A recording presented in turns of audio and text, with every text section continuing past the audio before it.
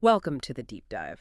Today we're plunging headfirst into a story that's, well, unfolding right now. It's like a political thriller, really, set in Punjab, India. Absolutely. It's got all the elements, doesn't it? A major political figure, really staggering allegations about drug money, and this incredibly complex financial web that seems to stretch across continents. Exactly. And the focal point is this arrest that happened on June 25th, 2025. It sent, genuine shockwaves through the region. Right. And our mission here, isn't just to report the breaking news. We want to go deeper. We're aiming to peel back the layers on these alleged financial dealings, navigate the really intense political fights going on. And also, crucially, look at the bigger picture, right? The societal crisis that this whole thing shines a light on. Precisely. We're trying to connect the dots for you, show how this one case fits into this much larger, much more urgent story for Punjab, and frankly, for issues around illicit finance globally. Okay, so let's set the scene. The dramatic events of June 25th, 2025, it was around, 8:14 p.m. Indian Standard Time. Yeah, that's right. Picture this. The Punjab Vigilance Bureau arriving at Bikram Singh Majithia's place, his Green Avenue residence in Amritsar. And this wasn't some quiet knock on the door, was it? Not at all. The operation was led by a senior superintendent of police, Lakhbir Singh, and reports immediately surfaced about, well, a heated verbal confrontation during the raid itself. And Majithia himself was actually posting videos from inside on social media. He was, Mm. which is pretty unusual. It gave this rare sort of real-time glimpse into the tension of a high-profile raid like this actually happening. So after the raid, where did they take him? He was taken to the Mohali Vigilance headquarters quite late that same evening. Then, the next day, June 26th, he was produced in court. And the outcome there. The court granted a 7-day vigilance remand, so he's in custody for investigation. And the next court date is set for July 2nd, 2025. This story is very much still moving. The legal process is just getting started. Right, okay. To really get why this is such a big deal, we need to talk about Bikram Singh Majithia himself, his background. Oh, absolutely. You have to understand, he doesn't just come from a politically connected family. His family is a political legacy in Punjab. Explain that a bit. Well, his grandfather, Sardar Surjit Singh Majithia, he was a decorated wing commander in the Indian Air Force. Going back further, his great-grandfather, Sir Sundar Singh Majithia, was actually the revenue minister back in British-era Punjab. That's significant power. And his father. His father, Satyajit Singh Majithia, served as a deputy defense minister of India. So you see this long line of influence, and it highlights this classic challenge in Indian politics, separating that historical clout from allegations of, well, illicit activities. These old networks can be really hard to untangle. And Majithia himself, his own political career. Very significant within the Shiromani Akali Dal, the SAD party. He was president of its youth wing, which is a powerful position, and he won his assembly seat, Majita, multiple times, 2007, 2012, 2017, consistently popular there. And he has close family ties to other major players too, right? Extremely close. He's the brother-in-law of Sukhbir Singh Badal, who's the SAD president and former deputy chief minister. And he's the brother of Harsimrat Kaur Badal, who's a member of parliament from Bathinda. It's a tight-knit, powerful circle. And importantly, this isn't the first time he's faced serious accusations like this. No, not at all. He has a, let's say, controversial past. There were previous allegations related to drug trafficking. He was actually arrested back in 2021 on similar charges, though he was later granted bail. So this latest arrest, it feels like another chapter in a story that's been running for a while. Okay, laying out that background really shows why this arrest caused such tremors. But the real weight of the story, I guess, is in the numbers involved, isn't it? It really is. Let's get into the core allegation. Mm-hmm. The laundering of, wait for it, over RS's 540 crore. Now, a crore is 10 million rupees, so we're talking over 5.4 billion rupees. Wow. Allegedly drug money, channeled through shell firms and tax havens. The scale is just, well, it's mind-boggling. Let's break that down a bit. What exactly are shell firms in this context? Basically, companies that exist mostly on paper. They don't have real operations or assets. They're allegedly used here to hide who owns the money and to move it around discreetly, making it incredibly difficult to follow the trail. And the tax havens, places like Cyprus and Singapore were mentioned. Right. These are countries known for low taxes and, crucially, very strict financial secrecy laws. That makes them attractive places to park or move money, whether it's legitimate wealth-seeking privacy or, as alleged here, illicit funds needing to be obscured. It's a system designed to make money vanish and reappear cleaned up. So the Vigilance Bureau is essentially painting a picture of a pretty sophisticated operation here. That's exactly what they claim. Meticulously designed, they say, to hide where this immense wealth came from. They've pointed to specific transactions, too. Like what? Well, they allege Rs 161 crore was deposited in cash into various bank accounts. Just think about that amount.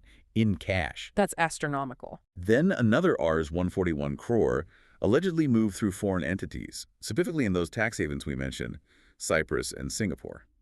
That adds another layer of complexity to trace. And there was more linked directly to Majithia. Yes, a huge chunk, Rs 236 crore, was apparently credited to accounts belonging to Soraya Group entities, which are linked directly to Majithia. And the key point the VB makes is that there's no clear explanation for this income in the financial statements. And there were questions about his wife's firm, too. Right, Ganev Kaur Majithia's firm.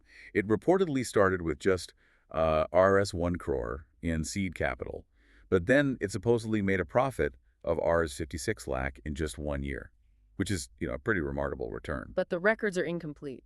Apparently, there's no record of its operational details after that initial period. So the overarching charges are things like disproportionate assets, having income way beyond your known legitimate sources. It's a common charge when officials' wealth seems unexplained. It really makes you wonder, doesn't it? What kind of operation could allegedly generate and move that kind of money? Exactly. And this isn't something that just popped up overnight. The VB emphasizes this is the result of years of investigation. Years. How far back does this go? Well, the roots arguably go back to 2013. That's when a drug lord named Jagdish Bola first implicated Majithia in drug smuggling allegations. So this has been simmering for over a decade. Pretty much. But the recent actions have been very intense. We're talking raids on 25 different locations. They seize documents, phones, laptops. The investigators say they've been tracing transactions involving these foreign entities, following a money trail that points towards dealings in Cyprus and Singapore. It feels like they believe they're finally putting the pieces together. Okay, an arrest of this magnitude involving such vast sums and a figure this prominent. It must have caused a political earthquake in Punjab. Oh, absolutely. An absolute firestorm. The political battle lines were drawn almost instantly. How did the ruling party, the AAP, react? The chief minister? Chief Minister Bhagwant Mann from the Aam Aadmi Party took a very public, very strong stance. He declared his government will not spare anyone involved in the drug trade, explicitly saying political influence doesn't matter. Strong words. Did he offer any specifics? He emphasized they were gathering substantive and irrefutable proof. And interestingly, he warned about catching another big fish soon, hinting this might not be the only high-profile case. And he linked this to a broader anti-drug campaign. Yes, something called Nashian Virud, War Against Drugs. He claims this is becoming a genuine public movement, with villages passing resolutions against drugs. So he's framing this arrest as part of a larger cleanup effort. That sounds resolute, but, we've heard strong anti-corruption rhetoric before. Is there anything different this time, or could it just be political maneuvering? That's the million-dollar question, isn't it? It's definitely a bold political statement. What might be different is the apparent depth of the investigation, those 25 raids, the focus on international financial trails. It suggests perhaps a more serious attempt than some past probes. But it's also a test, right? A critical test. A test of whether this kind of anti-corruption talk can actually dismantle powerful, entrenched structures, or if it ends up being, well, largely performative. The AEP government seems determined to show they're different by taking this kind of direct action, but the opposition sees it very, very differently. Right. Let's hear that side. What's the reaction from Majithia's party, the SAD, and others? A powerful counter-narrative, as you'd expect. The Shiromani Akali Dal, the SAD, immediately condemned the arrest. They called it a blatant political witch hunt. Led by whom? Sukhbir Singh Badal, Majithia's brother-in-law and the party president, directly accused the AAP government of systematically targeting opposition leaders. They organized protests outside the court, which led to some detentions. It even disrupted work at administrative offices nearby. So it's really ripping open old wounds, these deep political divisions in Punjab. Completely. And Majithia's wife, Ganev Kaur, she added her voice, alleging the raid itself was politically motivated. She claimed officials confined family members, denied them access to lawyers, basically bypassed proper procedures. And other parties are weighing in, too. Yes, it's not just the SAD. Senior Congress leaders like Pratap Singh Bajwa and Sukhpal Khera, they've also criticized the arrest. They called it undemocratic. Bajwa specifically called the raid on Ganev Kaur's flat shameful.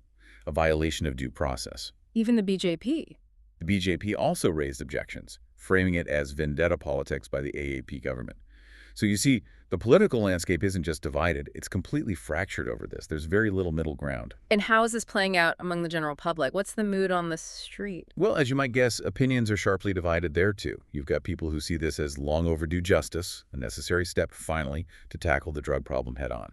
And the other side. Others see it as just, more political drama, another round in the endless wrestling match between parties. But I think underneath all the noise, the social media debates, there's this undercurrent of fatigue in Punjab. People seem weary of their state being a constant battleground for political egos, while the real problems just seem to linger. Which brings us to that bigger picture. This isn't just about one politician, is it? It puts a harsh spotlight back on Punjab's really long, tragic struggle with drugs. Exactly. This is a deeply entrenched, systemic issue. It's been plaguing the state for decades, and this arrest just brings it to the forefront again. The scale of the problem. Yeah. Can we put some numbers on it? We can, and they are, frankly, sobering. Between 2019 and 2021, Punjab registered over 28,000 cases under the NDPS Act, that's the main drug law in India. That ranked it third highest in the country. Third highest. Wow. It gets worse. In 2022, Punjab actually topped the country in drug smuggling cases, with over 7,400. And get this, in 2020, a staggering 75%, three-quarters of all drug seizures in India happened in Punjab. 75%. That's unbelievable. And the human cost. In 2022, over a fifth, 21%, of all drug-related deaths in India occurred in Punjab, and the victims are predominantly young, mostly between 18 and 30 years old. You mentioned a specific story earlier about a father. It really brings home the tragedy beyond the statistics, doesn't it? It does. These aren't just numbers. They represent shattered families, lost futures. That image you mentioned from a BBC report of Mukhtar Singh marching with his son's body after a drug overdose. It's a gut-wrenching symbol of the human toll. And some reports suggest incredibly high addiction rates in certain areas. Yes, some reports claim figures as high as 40% of youth addicted in specific areas.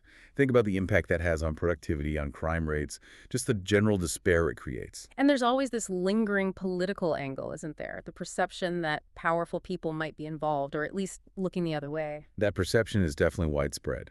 That high-profile figures, maybe even politicians, have either been directly involved in trafficking or have allowed it to flourish through negligence or, worse, complicity. Which really raises the stakes for this Majithia case, doesn't it? Is this finally a real step towards cleaning things up, or just another dramatic episode while the underlying problem continues? That's the core question.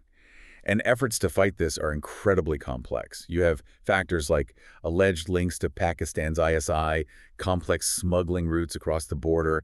These add layers of difficulty. Government campaigns and crackdowns over the years, well, they've had limited success, let's be honest. So Majithia's case becomes a kind of symbol and a test. A profound test for Punjab, absolutely. So wrapping this up, Bikram Singh Majithia's arrest is clearly a major moment, a really high-stakes point in Punjab's fight against drugs and money laundering. It really is. And it sends this sort of dual message, doesn't it? On one hand, maybe a signal that nobody, no matter how influential, is completely untouchable by the law. But on the other hand, On the other, it just throws into sharp relief how huge, how deeply rooted these problems still are.